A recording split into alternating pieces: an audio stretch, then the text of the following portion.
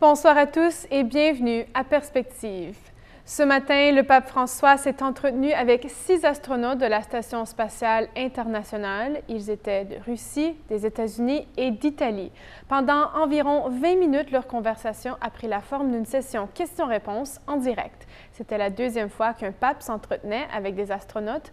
En 2011, Benoît XVI a fait ce même appel longue distance vers l'espace. Il leur avait demandé comment leur point de vue de la Terre affectait leurs croyances. Cette fois-ci, le pape François s'est arrêté sur des questions semblables. Voici un extrait de leur conversation.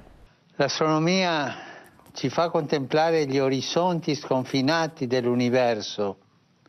Votre mission nous permet de découvrir l'immensité de l'univers. Et nous nous posons cette question, d'où venons-nous et où allons-nous? À la lumière de vos expériences dans l'espace, quelle est votre pensée sur le poste, la place de l'homme dans l'univers? Santo Padre, questa è una domanda complessa.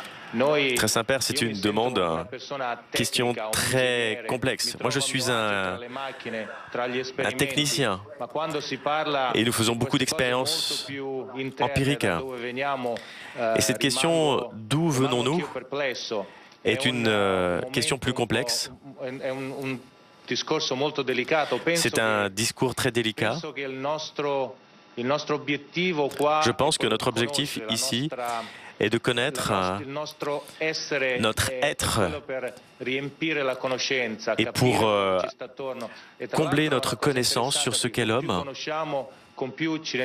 Plus nous nous connaissons, plus nous nous rendons compte que nous ne connaissons pas très bien. Nous sommes tous des ingénieurs, des physiciens, et nous ne sommes pas comme vous des philosophes, mais grâce à cette rencontre, nous espérons qu'un jour des philosophes pourront venir dans l'espace et ils pourront aussi réfléchir sur qu'est-ce que cela signifie avoir un être humain dans l'espace. Vous pouvez revoir l'entretien entre le pape François et les astronautes sur nos ondes tout de suite après Perspective. Le cardinal Fernando Filoni, préfet de la Congrégation pour l'évangélisation des peuples, est à Kampala, en Ouganda, jusqu'au 30 octobre prochain. Le pays clôturera les célébrations du 50e anniversaire de la fondation du diocèse de la capitale. Un diocèse qui aujourd'hui compte une 60aine de paroisses, 360 prêtres, près de 1000 religieux et religieuses et 160 séminaristes.